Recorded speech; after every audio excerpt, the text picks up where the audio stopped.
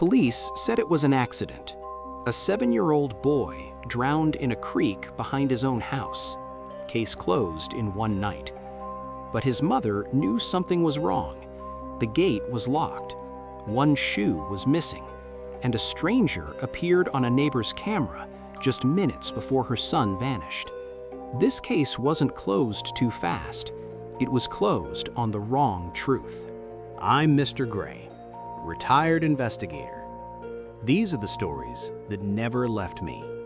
In the quiet town of Willow Creek, Ohio, a small community of about 5,000 souls nestled in the rolling hills of central Ohio, just 30 miles east of Columbus, the summer of 2022 felt like any other. Willow Creek was the epitome of Midwestern America. Wide streets lined with maple trees that turned fiery red in fall, kids riding bikes to the local Dairy Queen for blizzards and dilly bars, and families gathering for Friday night high school football games under the lights at Willow Creek Warriors Stadium, where the band played Hang On Sloopy and parents cheered from bleachers with hot cocoa from Tim Hortons thermoses. The town revolved around simple pleasures: Saturday farmers markets at the town square with fresh corn from local farms, Sunday services at First Methodist Church followed by potluck lunches of fried chicken and Jell-O salads, and 4th of July parades with fire trucks from the volunteer department blaring sirens and kids scrambling for Tootsie Rolls tossed from floats. The economy hummed with jobs at the nearby Honda plant in Marysville, where many residents like Travis Whitaker commuted daily in Ford F-150s or Chevy Silverados, listening to country radio on 93.3 WNCD or talk shows on 610 WTVN.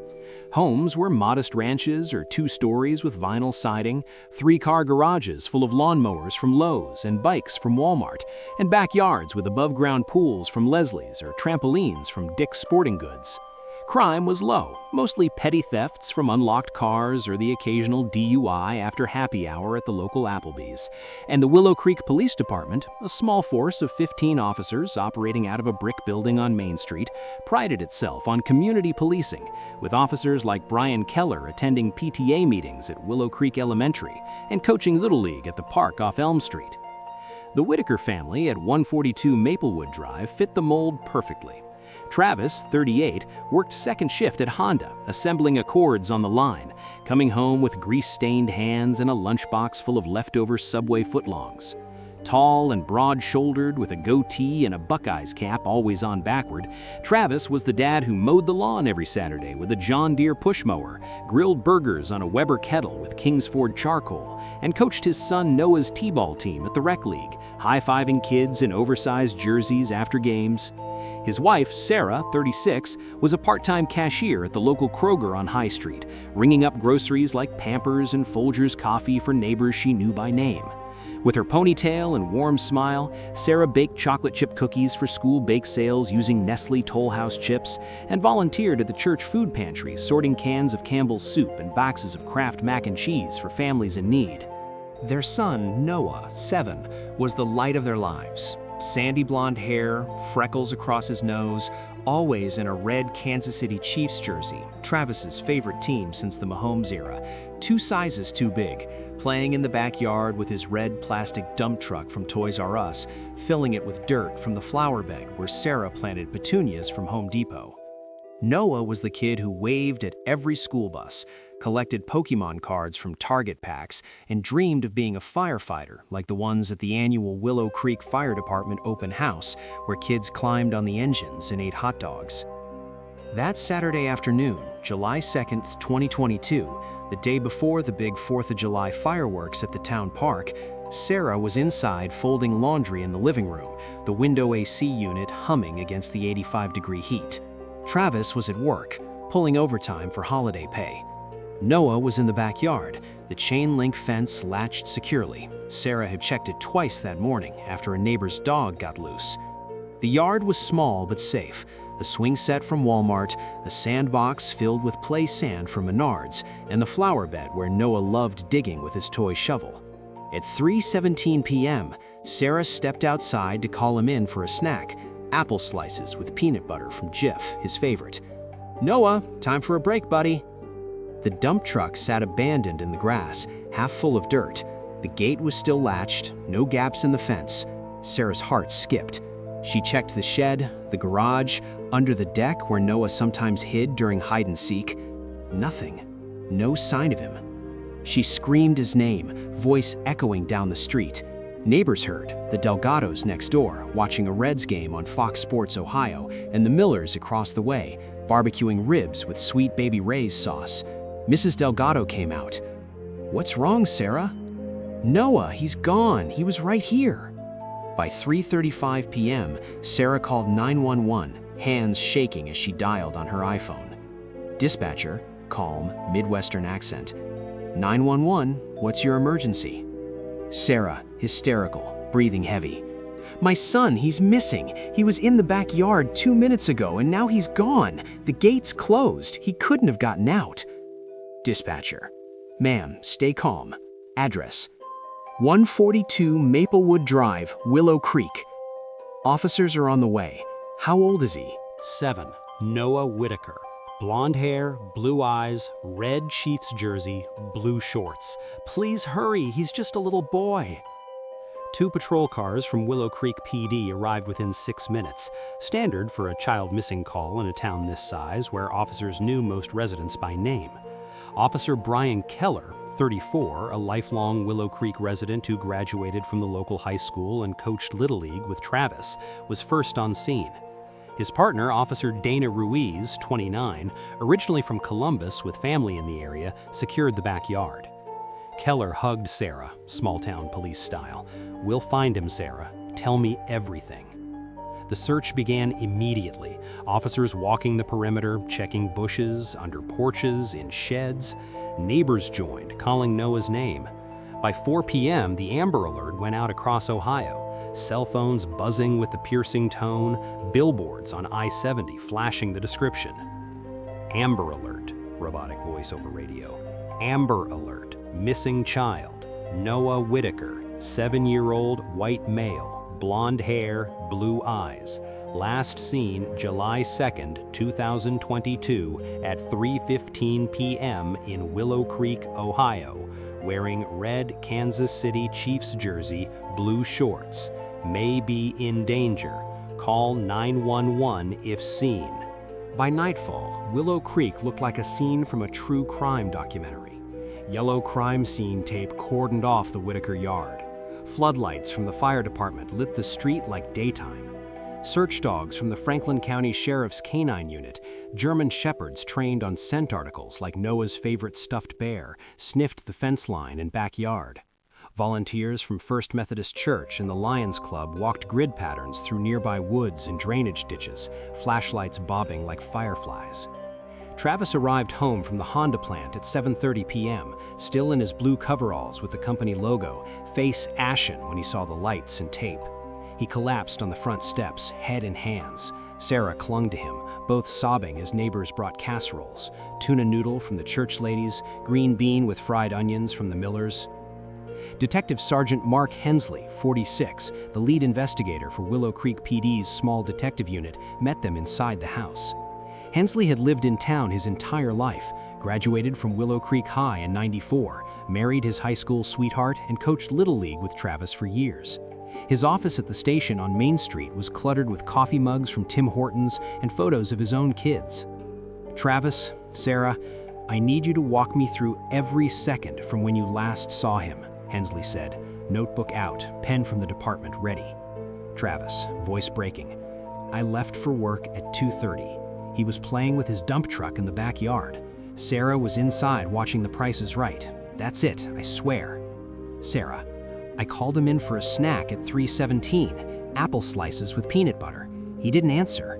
I went out, the truck was there, his shoes were by the back door, he takes them off to play in the grass, but he was gone. The gate was latched. I checked it myself that morning after the neighbor's dog got loose." Hensley asked the hard questions gently, as per Ohio law enforcement training for child missing cases. "Anybody mad at you? Exes? Family trouble? Anyone who might want to hurt Noah?" Travis shook his head. "No, we're normal people. We go to church at First Methodist. I coach soccer at the rec center. Nobody hates us." Sarah hesitated. "Except maybe there was a guy last year, Noah's friend's dad, Brian Kessler. He got mad when Travis told him Noah couldn't play on the travel team anymore because of costs, said we were holding his kid back. It got ugly at a game. He threatened us, said, "You'll regret this." Hensley wrote it down.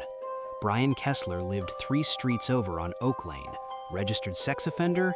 No, but a short fuse with a history of bar fights at the local Applebee's and a DUI from 2 years ago. "We'll check him first," Hensley said. By 11 p.m., the search had expanded to the nearby creek, a shallow stream behind the neighborhood where kids fished for bluegill in summer. Helicopters from the Ohio State Highway Patrol thumped overhead with thermal imaging cameras, spotlights sweeping the water and banks. Drones from the Franklin County Sheriff's Office buzzed low, mapping the area. Then, at 1:22 a.m. on July 3rd, Officer Keller, searching the creek bank with a flashlight, found something caught on a root. A small red Nike tennis shoe, size 2, left foot, muddy, laces untied. It matched the pair Sarah described Noah wearing. Keller radioed it in. Found one shoe, red Nike, kid size, matches the description, about 40 yards downstream from the Whitaker property. Within 20 minutes, the entire creek was lit up with generators from the fire department. Divers from the Columbus Police Department's underwater recovery team, suited in dry suits and tanks, entered the chilly water. At 2:47 a.m., one surfaced, face grim. "We got him, under a fallen log, face down." Noah's body was wedged under the log, his red Chiefs jersey snagged on branches, body bloated from 2 days in the water. No visible trauma, no bruises, no cuts. His other shoe was gone, likely washed downstream. The county coroner, Dr. Elena Ramirez from the Franklin County Morgue in Columbus, arrived by 3:30 a.m. Preliminary exam on site. Drowning, no water in the lungs, dry drowning, laryngospasm, body shuts down before inhalation. Common in kids, panic closes the airway. By 6 a.m., as dawn broke gray over Willow Creek, Police Chief Tom Randall held a press conference outside City Hall, a small brick building with American and Ohio flags flapping in the breeze. Local news crews from WBNS 10 TV and WYSX ABC 6 set up cameras, reporters in polo shirts, sipping coffee from McDonald's cups. Tragically, the body of 7-year-old Noah Whitaker was recovered from the creek behind his home early this morning, Randall said, voice steady but eyes tired. Evidence suggests he wandered from his backyard, fell into the water, and drowned. This appears to be a tragic accident. Our thoughts are with the Whitaker family. The case is closed pending autopsy confirmation. The Amber Alert was canceled. News notifications pinged across Ohio phones. Missing child, found deceased, accidental drowning. The yellow tape came down. Volunteers went home, hugging each other. The news vans packed up, heading back to Columbus for the next story. Sarah Whitaker refused to believe it. She sat in the living room for days, staring at Noah's empty chair at the kitchen table, the dump truck still in the backyard where police had photographed it as evidence. "He didn't wander," she told Travis over and over, voice hollow. "The gate was latched. He was scared of the creek. Remember last summer when he wouldn't even dip his toes in?" Travis, numb with grief, nodded. "The police said footprints led there, small ones, his." But Sarah couldn't let go. She replayed every second in her mind. The latched gate, the shoes by the back door, the untouched snack on the counter. At night, she scrolled Facebook groups like Ohio Missing Persons and True Crime Garage fans, reading stories of botched investigations like the Delphi murders in Indiana or the Jamie Kloss kidnapping in Wisconsin. She started calling Detective Sergeant Mark Hensley every day from her iPhone, leaving voicemails when he didn't answer. "Mark, it's Sarah. The shoe was 40 yards away. How does a 7-year-old walk 40 yards barefoot through thorns and rocks without crying out? I was right inside." Hensley was patient at first, small-town cop, knew the family. "Sarah, the autopsy confirmed drowning, no signs of foul play. Footprints matched his shoe size. Kids are curious, they slip out. I'm sorry." But Sarah pushed. "The other shoe, where is it? And why dry drowning? He wasn't panicking, he was happy playing. Hensley sighed. Probably washed downstream. We dragged the creek for half a mile. Nothing. Accidents happen, Sarah. Grieve, but don't torture yourself. Sarah hired a private investigator, Carla Vance, 52, a former Columbus PD detective who'd gone private after burnout. Carla operated out of a small office in Hilliard, chain-smoked Marlboro Lights, and had a reputation for not letting go of cold cases. She charged $75 an hour plus expenses, and Sarah paid with a GoFundMe set up by the church, Help the Whitakers Heal. Carla reviewed the case file, obtained through a public records request under Ohio's Sunshine Law, walked the creek herself in rubber boots from Tractor Supply, and interviewed neighbors again, notepad in hand.